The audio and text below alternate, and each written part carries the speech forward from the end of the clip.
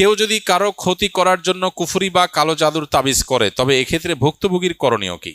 আজকাল ঘরে ঘরে এই জিনিসটি হচ্ছে। কেউ কারো ক্ষতি করার জন্য যদি কুফরি করে, ব্ল্যাক ম্যাজিক করে, আজকাল যে বড় বড় ফুটবল এবং ক্রিকেটের বিভিন্ন বড় বড় ইভেন্ট গুলোতে, আয়োজন গুলোতেও দেখা যায় যে একেবারে মাঠে পর্যন্ত ব্ল্যাক ম্যাজিক করা হয়। যারা ব্ল্যাক ম্যাজিক নিয়ে এখনো সংশয়ে আছেন, আল্লাহ মাফ করুক, যারা অতিবিজ্ঞান মনস্ক হয়ে আপনার কোরআন বর্ণিত সেহেরের বাস্তবতাকে অস্বীকার করেন, ইমান নিয়ে টানাটানি হওয়ার মতো বিষয়, আল্লাহ মাফ করুন, তাদের জন্য এটা একটা উজ্জ্বল উদাহরণ।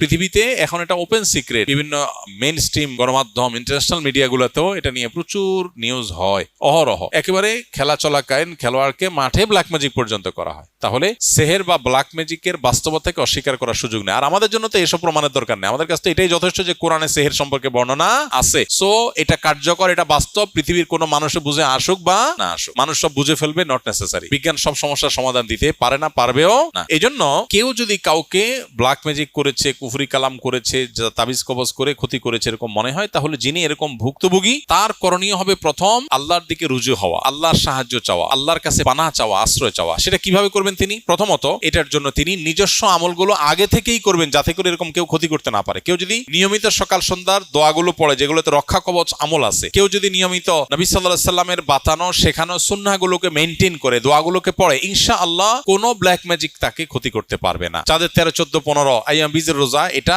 ব্ল্যাক ম্যাজিক থেকে মানুষকে সুরক্ষা দেয়। সূরা বাকারার তেলাওয়াত যদি শুনে এটা মানুষকে সুরক্ষা দেয়। এরকম বহুবিধ উপায় আছে। আর যদি আপনি ইফেক্টেড হয়েই যান, কেউ আপনাকে ক্ষতি করে ফেলেছে, তাইলে আপনি রুকিয়া করবেন। রুকিয়া মানে ঝাড়ফুঁক। কোরআনে কারীমের সিলেক্টিভ আয়াত পড়ে ফু দিবেন নিজের শরীরে, পানিতে, খাদ্যে, পানীয়তে, এবং নিয়ত করে ওই আয়াতগুলো পড়বেন, আল্লাহর কাছে দোয়া করবেন, আল্লাহ তাআলা হেফাজত করবেন। কোরআনের কেউ যদি জীবন্ত মুজিজা এবং অলৌকিকত্ব দেখতে চায়, রুকিয়ার চাইতে বড় অলৌকিকত্ব আর দুনিয়াতে আরেকটা খুঁজে পাওয়া কঠিন। কোরআনের অলৌকিকত্ব যদি কেউ দেখতে চায়, রুকিয়ার চাইতে কাছাকাছি কোরআনের অলৌকিকত্ব দেখার আরেকটা আইটেম পাওয়া কঠিন। এই জন্য কেউ যদি আপনাকে ব্ল্যাক ম্যাজিক করেছে, তাবিজ করেছে, ক্ষতি করেছে এরকম মনে হয়, তাহলে আপনার কাজ হলো রুকিয়া করা। রাকি দিয়ে রুকিয়া করা যায়, কিন্তু ভালো হয় সেলফ রুকিয়া, নিজের রুকিয়া নিজে করবেন। আপনি বলবেন আমি কিভাবে করব? রাকিদেরকে বলবেন ভাই কি কি আয়াত পড়ে ফু দেন, ওই আয়াতগুলো আমাকে জানায় দেন, ওই লিস্ট অনুযায়ী দেখে দেখে আপনি পড়ে ফু দেন, ব্যাস, দ্যাটস ইট।